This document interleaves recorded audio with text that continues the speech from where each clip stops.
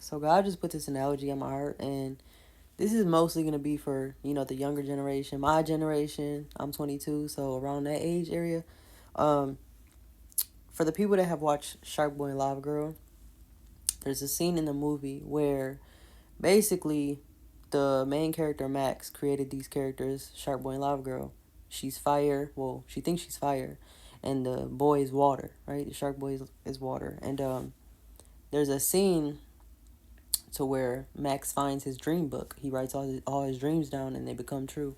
Um, and he let Lava Girl hold the book, and she was trying to look for, the story of her purpose of what, where she came from, her storyline and stuff. She never knew where she came from. She never knew, where she started. And she was so excited. She was like, "Oh, look, maybe I can find out, more about me when I look through this book." And when she grabbed the book, it vanished. Right? She burnt it up, and she got extremely mad, extremely angry, and she turned to Max and said, "Why would you make me out of lava? Why? Everything I touch, I destroy. I'm fire. Like, why did you make me and him as a team? Like, we're not compatible. I'm fire. He's water. Every time he's around me, he shrivels up. Like, any time that I get around water, I repel it, right? So she's not understanding. Like, why did you make us like this? Why did you make us to where we're not compatible? We cannot do this together, right?" And she said, "Why did you make me fire?" And there was a part where um Shark Boy was dying and Lava Girl saved him, and she had to swim into water to get him. And when she came back up, she was dying, and in order to save her, Shark Boy picked her up and had to throw her into, this big thing of lava. And while she's unconscious, while Shark Boy is carrying her, she's like just going through this like unconscious phase of like just hearing this voice of Max talking to her through her head of like, you got this, like, you're not lava. I wish you knew that you weren't lava, you're light. And as soon as he said that, she came up from this lava more powerful than ever. And she realized, I'm about to cry. She realized, like, I'm not fire, I'm light. And the reason why so many things or they seem like they're getting destroyed every time you touch it, or things repel you every time you get close to it, is because people are scared of your light, right? And it's not a bad thing that you're light. That's a good thing. But people are scared of your light, right? When they live in darkness, they don't know how to live in light. They don't know. They don't like to see light. It's scary. Imagine being in the dark for so long. Have you ever been asleep and somebody randomly turns the lights on? That's how it is. It hurts, right? They feel as though they can't survive in light. So when people repel you, or they leave your life, or they reject you, it's because they're scared of your light. You're not fired. You don't ruin things. You're not this enemy that you call yourself. You're not this horrible person. You're not the reason why everything is falling apart.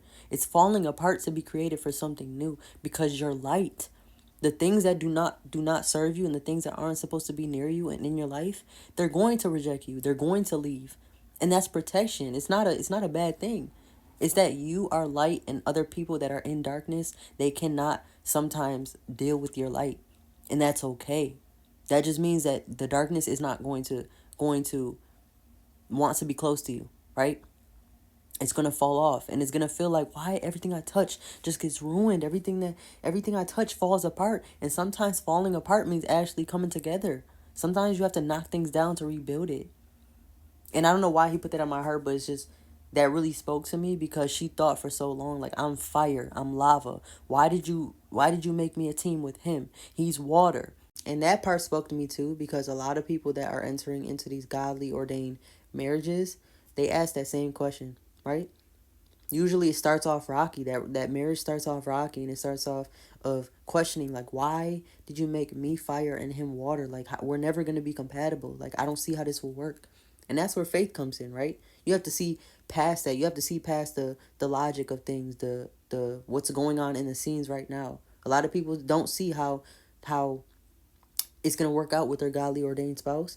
And they ask that same question. Why did you make me fire and him water? I'm going to hurt him with my fire, and he's going to hurt me with his water. Not understanding that I have power that you don't have, and you have power that I don't have. My fire can help you. Wonder why? Because fire lights things up. right? I can light you up. I can bring excitement to you, right? Fire into you. And you have water. You can calm down my fire. When I'm exploding, when I'm going through emotions, when I'm feeling like the world is against me, your water calms me. So it's compatible. And a lot of people will say like that's not compatible. I don't see how this will work. And this is why a lot of godly ordained marriages require a lot of faith because they seem impossible to work. They seem like, God, where did you even think to have us together, right?